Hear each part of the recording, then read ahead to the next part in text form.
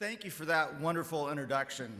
I'm honored to be here to discuss this important issue of protecting our firefighters and making sure that you have all the necessary tools to do your job, but to also protect your health. I also want to thank IAFF's General President, Mr. Harold Shapeberger, for your support as well, and for the support that IAFF has given me over the years.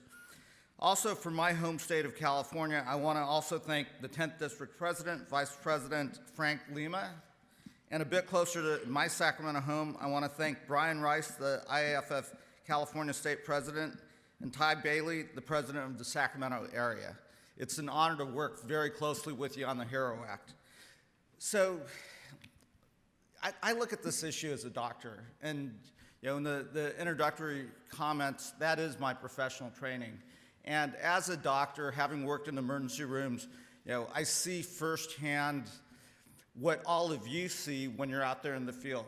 You guys are often the first men and women that are on the scenes. And when you talk to the firefighters and when you hear what they see, you're often seeing things that no human being should have to see. But often, you've got to carry that inside yourself. You don't have those tools by which to unburden yourself. And increasingly, as we see the firefighters in California that are having to go shift after shift, getting out there, fighting what are increasingly worse fires for us, that fatigue takes its toll, what you're seeing out there, and what you hear when you can't unburden yourself. And that is a challenge. So about 1.5 years ago, 2 years ago, one of our firefighters was out here visiting, doing what you're doing right now. And after they kind of went through the points that they were supposed to make, they mentioned the issue of firefighters committing suicide. And it wasn't part of his talking points or lobbying points. It was just something that he casually mentioned. And it stuck with me because that was the first time I had heard that statistic. So we started doing some research, and what was shocking to us as we started to dig deeper into this was that more men and women firefighters die by suicide than die on the job. And that was shocking to us. And from our perspective, it's like, we've got to do something about this. We've got to try to figure out what's going on. So we reached out to IAFF and started working with all of you in your organization, say, okay, what can we do? Can we document the extent of it? But can we actually give those station houses and those men and women that are out there the tools to try to respond to this? And again, working with IAFF and working with some of our folks back at the local, we came up with the HERO Act, which really is to start collecting the data, trying to understand what's going on, but also to try to get resources out to the station houses so that you can do some peer-to-peer review, contact, de-stressing. Because our thought is, and again, I look at this as a physician, is if you're out there, there probably are certain types of events that are going to be triggers, and we ought to find out what those events are. So it's not always up to the firefighter to reach out.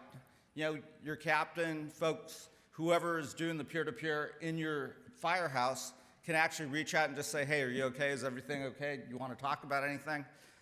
It might just be some simple interventions like that. In addition, we do think that getting the resources out there to your families and to everyone else, again, because, as I see it in California, folks are working harder and harder, and, they're working longer shifts, they're away from their families a lot longer, and we've got to figure out how to make sure we give you those resources.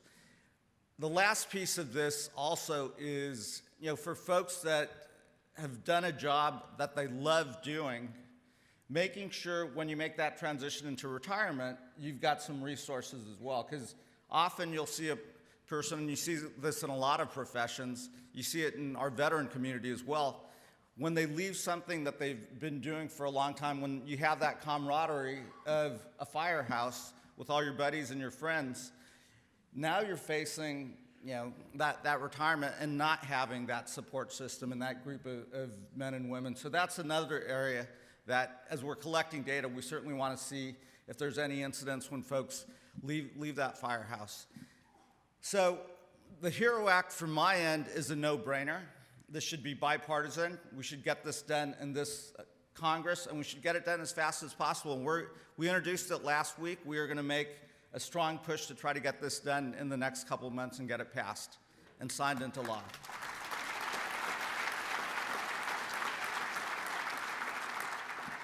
Now, I'm going to make a couple other just quick closing remarks.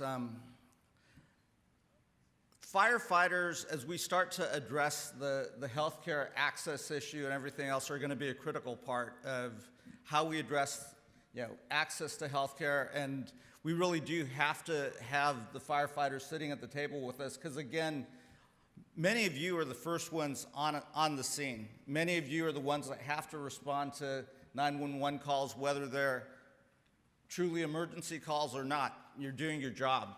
And as we start to think about how we can do better access to care, how we can give you the resources to better triage those patients, we've got to have you at the table on the front end, not on the back end.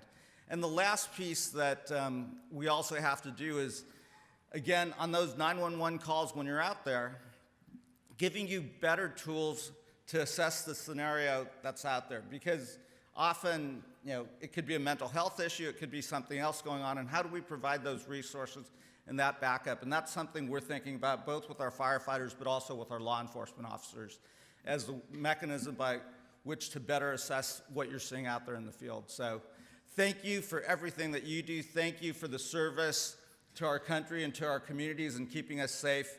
And you've got our backs, and we're going to have your back. Thank you.